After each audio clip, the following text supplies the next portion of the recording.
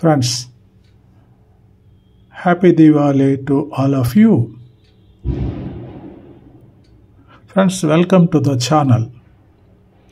In the video clip, the background of video clip is Hindu marriage ceremony.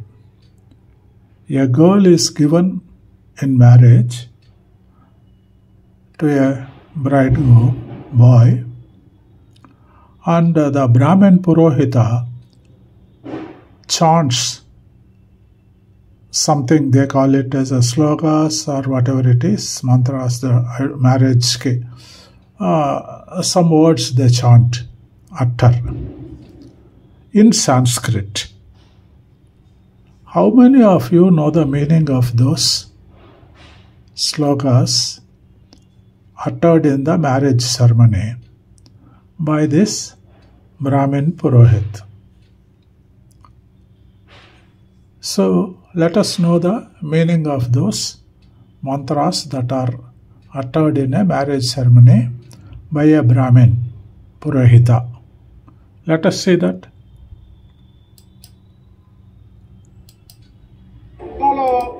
పురోహితుడు చెప్పేటువంటి మంత్రం ఏమిటి, దాని అర్థం ఏమిటి, అది మనకు అవసరమా అని ఎప్పుడైనా మనం ప్రశ్నించుకున్నామా?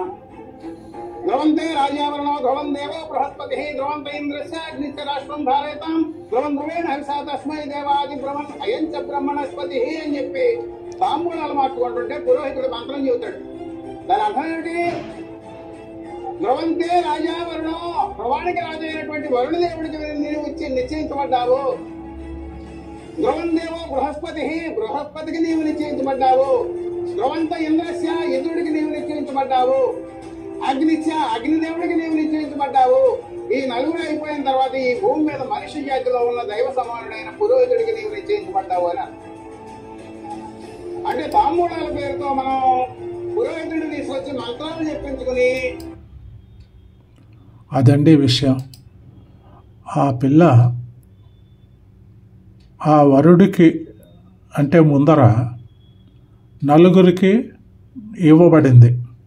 వరుణ దేవుడికి, బృహస్పతికి, దేవేంద్రుడికి, అగ్నిదేవుడికి అండ్ బ్రాహ్మణుడికి, ఐదుగురికి ఆ పిల్లని ఇచ్చేశారు.